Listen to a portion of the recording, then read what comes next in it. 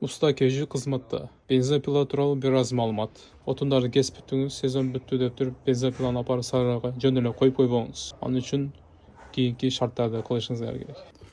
Бакты ачып карайбыз. Бакта бензин калбаш керек. Андан кийин капкакты акырын жаап коебуз. Катырбайбыз, акырын эле мындай илештирип коебуз. Себеби ага кирип чыгыш керек.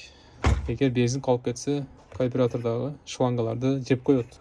Андан соң бензопиланын үстүндөгү капкакты ачабыз дагы, фильтрди чыгарабыз. Андан кийин бобинаны чыгарабыз. Бул жерде свеча болот. Свеча турган жерге бензопиланын туфтак деген майын алабыз. Бир аз куябыз дагы. Ушу майды цилиндрге куюп коебуз. Куюп акырын свечаны катырып коюп коебуз. Ушул менен бензопиланын сезону жабылат. Акырын сарайга коюп коебуз. Эртең жазда бензопила керек маалда чыгарабыз. Свечаны кадайбыз, бензинди куябыз, пассов сатасыз, жүрүшү оңой болот.